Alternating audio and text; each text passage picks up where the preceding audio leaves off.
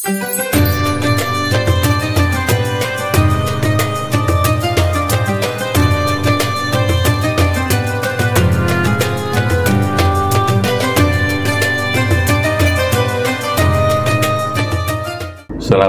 warahmatullahi wabarakatuh. Waalaikumsalam warahmatullahi wabarakatuh. Bismillahirrahmanirrahim. Hamdan salatu wassalamu amma ba'd. Rabbi shrah li sadri wa yassir li amri wa hlul 'uqdatam min lisani yafqahu qawli. Subhanaka la ilma lana illa ma 'allamtana innaka antal alimul hakim. Amma ba'd. Jadi kita lanjutkan surat Yunus.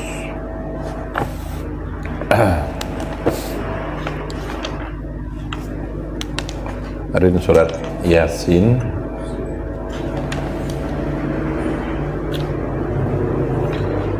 Yasin wal Qur'anil Hakim, innaka laminal ala siratim mustaqim, tanzilal litunzira qauman ma unzira aba'uhum laqad haqqal qawlu ala aktharihim inna ja'alna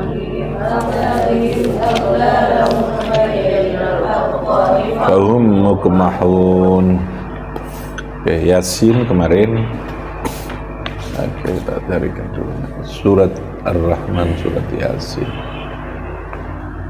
Kategorinya adalah Yasin itu namanya huruf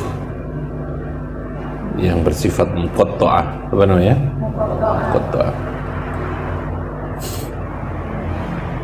Fahrusus Sami.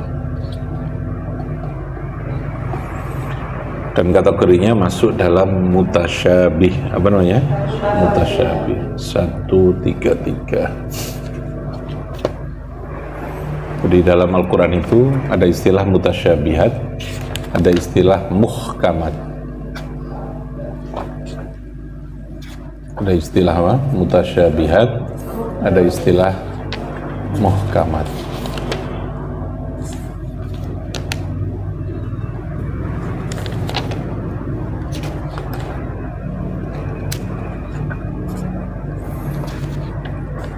Nah, kalau muhkamat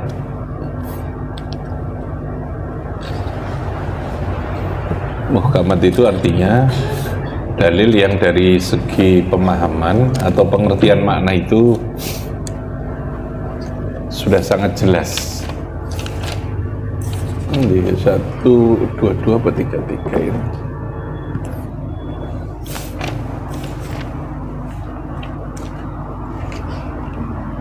Sudah Yasin. Jadi kalau muhkamat itu dalil yang pengertian atau kandungannya itu sudah bersifat pasti. Yang itu kesimpulan hukumnya namanya nas. Apa namanya? Nas. Itu kalau dalam istilah ushul fikihnya. Kalau dalam istilah akidah, muhkamat itu yang tidak mengandung adanya mumasalah, mutasyabih, yang tidak menyamakan Allah dengan makhluknya. Itu namanya muhkamat. Kebalikannya adalah mutasyabihat. Mutasyabihat itu dalil ayat Al-Quran atau hadis yang pengertian atau kandungan maknanya itu bersifat mutasyabih, bersifat mumasalah, kayak yadullah fauqa aydihim, namanya yadullah, itu namanya mutasyabih. Karena lafadz yadun itu bisa makna aslinya adalah mumasalah, menyamakan Allah punya tangan, yadullah fauqa aydihim. Allah turun tanazzalul malaikatu, hanya begitu ya, turun dan seterusnya. Jadi beberapa teks yang sifatnya mempunyai makna yang seakan-akan sama dengan makhluk, itu kategorinya mutasyabihat. Apa namanya? Mutasyabihat. Nah, termasuk kategori mutasyabihat adalah awal huruf yang disebut dengan fawatihus suwar. Yasin, kafa, yaitu namanya fawatihus suwar yang berupa huruf yang muqatta'ah, yang satuan-satuan huruf itu. Itu juga termasuk kategori mutasyabihat. Apa namanya? Mutasyabihat. Yang kita di dalam memahami itu tidak diberikan cukup kemampuan atau pengetahuan untuk memahami itu. Makanya lalu kalau menurut ulama salaf itu yang hidup pada sekitar abad ketiga Hijriyah, ulama salaf itu terhadap ayat mutasyabihat itu diserahkan kepada Allah, sehingga penafsirannya Allahu a'lamu bimuradihi. Allah, Yasin, Alif Lam Mim, Allahu a'lamu bimuradihi, mesti begitu. Jadi tidak masuk pada wilayah yang memang kita tidak diberikan kemampuan untuk memahami itu, sehingga dikembalikan kepada Allah untuk kehati-hatian begitu. Tapi kalau ulama khalaf itu ulama yang setelahnya salaf itu memberikan takwil namanya. Jadi ayat mutasyabihat supaya tetap bisa memberikan makna dan pengertian, maka harus ditakwili. Takwil itu mengalihkan makna dari makna yang hakiki, karena lafaz itu ada makna hakikinya, dialihkan ke makna majazi. Majazi itu makna yang tidak sesungguhnya. Cirinya hakiki itu adalah makna yang langsung orang mudah untuk memahami. Kalau ada dikatakan yadun, tangan, itu yang paling gampang, ya. Jadi al-mutabadir fahmuhu. Makna hakiki itu makna yang kita ini kalau disebut lafaz itu kita langsung ngerti gitu. Oh, ini mana niki kok. Yadun itu ya tangan. Berarti yang hakiki yadun itu apa? Mana apa? Tangan. Artinya apa? Tangan. Karena ketika kita sebut yadun, maka yadun itu berarti aldun minal aldo, salah satu anggota tubuh ini. Maka mana hakikinya adalah yadun itu tangan. Yadullahi, kalau diartikan yadun itu tangan. Tetapi karena ini dinisbatkan, ya, yadun ini dinisbatkan pada Allah, digandengkan atau dihubungkan dengan Allah, maka lafaz yadun ini tentu tidak boleh kita memaknai yang menjadikan mumasalah, menyamakan Allah dengan makhluknya. Ya, kita tidak boleh mengatakan yadullahi tangannya Allah gitu ya, karena akan terjadi apa? Mumasalatun lil hawadis. Padahal harus apa? Mukhalafatun. Prinsipnya apa? Mukhalafatun. Allah itu harus berbeda dengan makhluknya. Hawadis itu makhluk. Nah, supaya tidak terjadi mumasalah, harus tetap mukhalafah, maka perlu ditakwilkan. Takwil itu tadi dialihkan dari mana hakiki kepada mana majazi. Mana majazi itu mana yang tidak sesungguhnya, tapi dia berlaku, dipakai juga gitu ya. Orang pada umumnya menggunakan itu. Yadun, tangan, arti hakikinya adalah tangan. Tapi makna majazinya adalah kekuasaan. Orang juga menggunakan tangan itu sebagai kekuasaan juga. Secara bahasa dia tidak terlalu baik, tidak terlalu jauh pentakwilan itu gitu ya. Yadullah itu sudah di bawah, itu sudah di bawah tangan saya, sudah saya pegang. Pegang itu maksudnya sudah dikendalikan, dia sudah punya kuasa, gitu lah ya. Sehingga ketika yadun kita artikan qudratun, yadullah ay qudratullah. Memaknai lafaz yadun dengan qudrah bukan dengan yadun tangan, itu namanya mentakwilkan. Apa namanya? Mentakwilkan. Jadi mengalihkan sorful kalam, sorful lafaz min ma'nal hakiki ila ma'nal majazi. Jadi kita mengalihkan lafaz yang mestinya punya makna hakiki, hakikinya kita tinggalkan, lalu kita menggunakan makna majazi, makna yang tidak sesungguhnya. Nah, ini dalam istilah usul fikihnya, dalam istilah tafsirnya namanya takwil. Apa namanya? Takwil. Bukan tafsir. Kalau tafsir itu pemahaman, tafsir itu memahami, menjelaskan. Tapi kalau takwil itu mengalihkan sorful kalam, mengalihkan pembicaraan. Sorful kalam dari makna yang hakiki kepada makna yang majazi itu.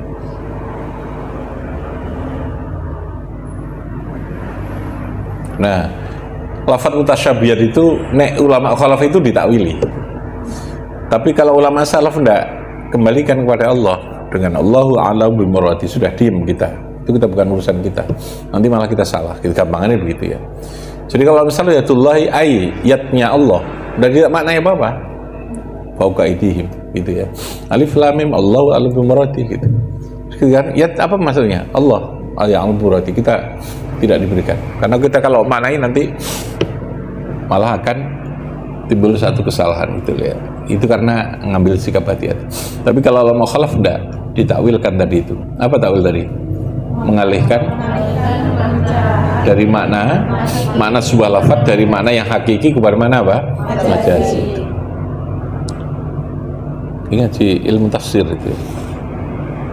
Kamu bisa jelaskan ke muridnya. Judulnya takwil gitu ya, pelajarannya.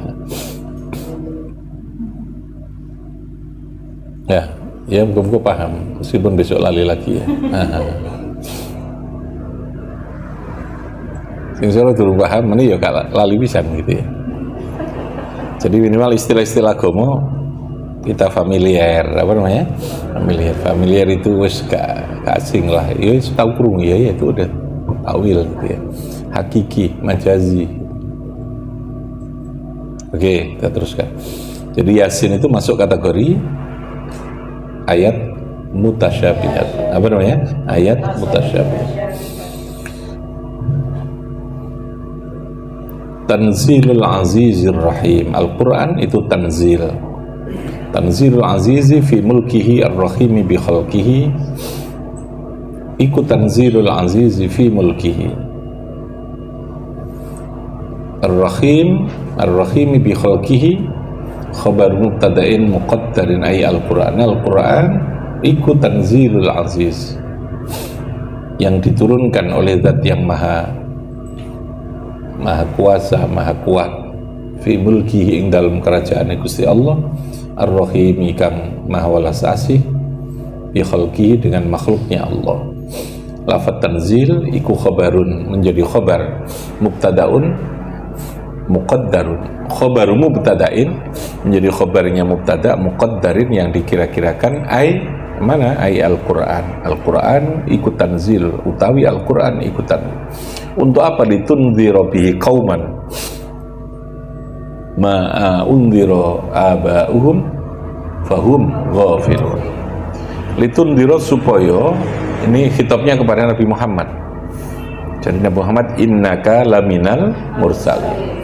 Jadi Allah sedang dawi kepada Nabi Muhammad. Muhammad innaka laminal mursalin ala siratim mustaqim. Lalu tanzilal azizir rahim. Ay Al-Quran. Jadi itu menyimpan lafaz Al-Quran sebagai mubtada'nya. Karena mubtada' itu boleh disimpan atau dibuang. Namanya muqaddarah. Muqaddarah itu dikira-kirakan. Jadi dalam bahasa Arab itu banyak kalimat yang tersembunyi, yang muqaddarah, yang mustatir yang disimpan. Tapi itu bisa kita lihat, meskipun nggak ketok disimpan, itu kita bisa tahu, oh itu ada mubtada'nya, oh itu ada dhamirnya, oh ada failnya tersimpan gitu. Karena memang ada rumusnya. Jadi orang kalau tahu rumus, tahu ilmunya, tahu kaidahnya, itu dia akan mengetahui sesuatu yang tidak tampak, sehingga ketok. Contohnya begini nih ya, dia menakdirkan. Nah, menakdirkan itu berarti memperkirakan. Litundira supaya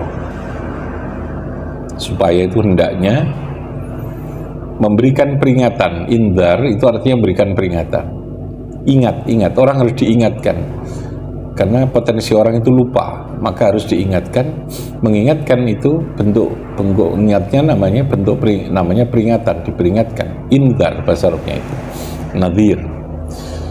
Jadi kalau mengajarkan itu cenderung orang yang tidak tahu, manut tapi karuh lalu diajarkan. Tapi kalau mengingatkan itu cenderung orang itu tahu tetapi dia mengabaikan, maka diingatkan. Kadang dia sudah tahu, gitu ya. Kadang dia sudah tahu. Maka kalimatnya litundhira. Jadi litundhira supaya memperingatkan sapa sira Muhammad bihi kelawan Al-Qur'an kauman ing kaum. Jadi Al-Quran diturunkan kepada kamu adalah dalam rangka kamu supaya bisa mengingatkan kepada masyarakat. Kaum itu masyarakat. Muta'alliqun bitanzil. Ma'ing sesuatu terhadap sesuatu undhiro yang telah diperingatkan sopo aba'uhum, piro-piro bapak kauman. Jadi begini, kalimat ini menandakan bahwa sejarah kehidupan manusia itu terus terjadi pengulangan, gitu ya. Apa yang terjadi sekarang sesungguhnya ya pernah terjadi pada zaman dulu, meskipun dalam bahasa, dalam rumusan atau bentuk yang sedikit berbeda, tapi podo ya. Ambisi kekuasaan, ingin berkuasa, monopoli, ingin dianggap paling hebat, itu sebagian ciri manusia, ingin yang terdepan dan seterusnya. Jadi hal-hal yang bersifat destruktif itu ya sesuatu yang ada pada setiap saat pada kehidupan manusia. Makanya tadi dikatakan ma'undhiru abahum, seperti yang dulu mereka, orang-orang terdahulu, bapak-bapak mereka, mbak-mbak mereka yang juga diingatkan dengan peringatan yang sama. Berarti kan potensi kesalahan dan perilaku-perilaku itu sama gitu. Sehingga sesungguhnya perilaku-perilaku itu berulang-ulang. Makanya lalu kemudian ilmu sosial pun sesungguhnya meskipun dikatakan tidak eksak, ilmu sosial itu sesungguhnya eksak karena dia terjadi pengulangan yang berulang-ulang yang sama. Rumusnya itu sama, tentang kekuasaan, tentang ekonomi gitu ya, tentang budaya itu sama. Jadi sekali lagi mungkin hanya bentuk rumusan, nama, casingnya yang berbeda, tapi substansinya sesungguhnya sama. Maka kalau dikatakan di sini litundhira qauman ma undhira aba'uhum, artinya ada aspek yang sesungguhnya itu sudah pernah terjadi pada dulunya.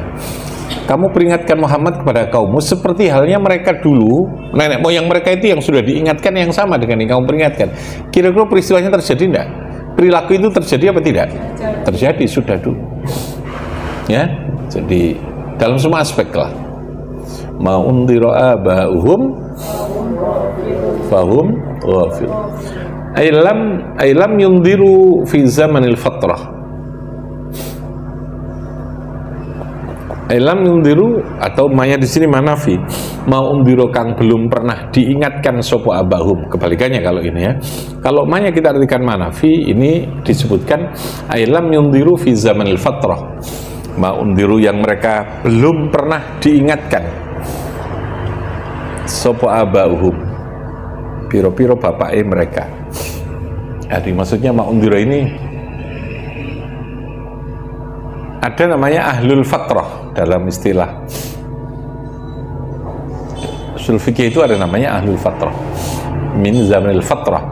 Fatrah itu zaman masa kekosongan seorang rasul, vakum ya, ada masa vakum. Jadi Nabi meninggal, lalu lama tidak diutus Nabi, baru kemudian ada Nabi. Masa ketika masa jeda tidak ada Nabi ini disebut dengan fatrah. Apa namanya? Fatrah, pakai tak, fatrah tuh. Apa namanya? Fatrah. Masyarakat yang namanya ahlul fatrah. Apa namanya? Ahlul fatrah. Nah, ini di dalam Al-Quran ini, surat Yasin ini disebutkan dengan ma'undhira aba'uhum, yang orang tua mereka belum pernah diingatkan itu. Kalau itu yang kita pahami, jadi tetap ada penafsiran dua. Kalau tadi sesuatu menjadi barang, berarti umat yang sudah pernah diingatkan. Tapi kalau ma'undhira aba'uhum dengan nafi, yang belum pernah, berarti terjadi masa namanya ahlul fatrah. Apa namanya? Ahlul fatrah itu masyarakat yang dulu belum pernah diutus para nabi, itu ada zaman kekosongan fatrah itu. Fahum utawi al-qaum iku ghafiluna anil imani, iku ghafiluna wong sing padha lali kabeh anil imani warusdilan saking petunjuk. Laqad haqqal qawlu ala aktsarihim fahum la yu'minun. Laqad haqqa, demi yakti, lamnya namanya lam taukid, qadnya juga menegaskan lagi tahqiq. Laqad haqqa, demi yakti, teman-teman telah tetap haqqa itu wajib apa al qawlu, keputusan, ucapan. Maksudnya al-qaul itu adalah titah, keputusan. Ai wajibat tegese wis tetep wajib ala aktarihim mengatasi ake-ake kaum bil adzabi dengan siksaan. Fahum mutawi kaum ikula yu'minuna, mereka tidak beriman. Al aktsar tegese mayoritasnya. Al aktsar tegese mayoritas mereka tidak mau beriman. Laqad haqqal qaul. Haqqal qaul itu artinya sudah menjadi sebuah ketetapan. Itu namanya haqqal qaul. Kalau bahasa hukum sekarang kira-kira inkrah. Inkrah itu sudah berkekuatan hukum tetap. Namanya apa? Inkrah. Inkrah. Jadi kalau ada proses hukum sudah sampai notok, tidak ada lagi upaya hukum, nah itu disebut dengan inkrah. Laqad haqqal qaul. Haqqal qaul. Jadi ada keputusan yang sudah inkrah, sudah final, bahwa mereka yang tidak beriman, yang melupakan terhadap ajaran agama, mereka akan mendapatkan hukuman dari Allah. Itu namanya haqqul qaul itu. Itu wis kabian wis dikandani, wis tetep no gitu ya. Tapi mereka fahum la yu'minun, pada dasarnya mereka mayoritasnya tidak mau meyakini, tidak mau beriman. Bifanfa'na bi barakatihim matihim wa amitana fi tariqatihim wa mu'afatihim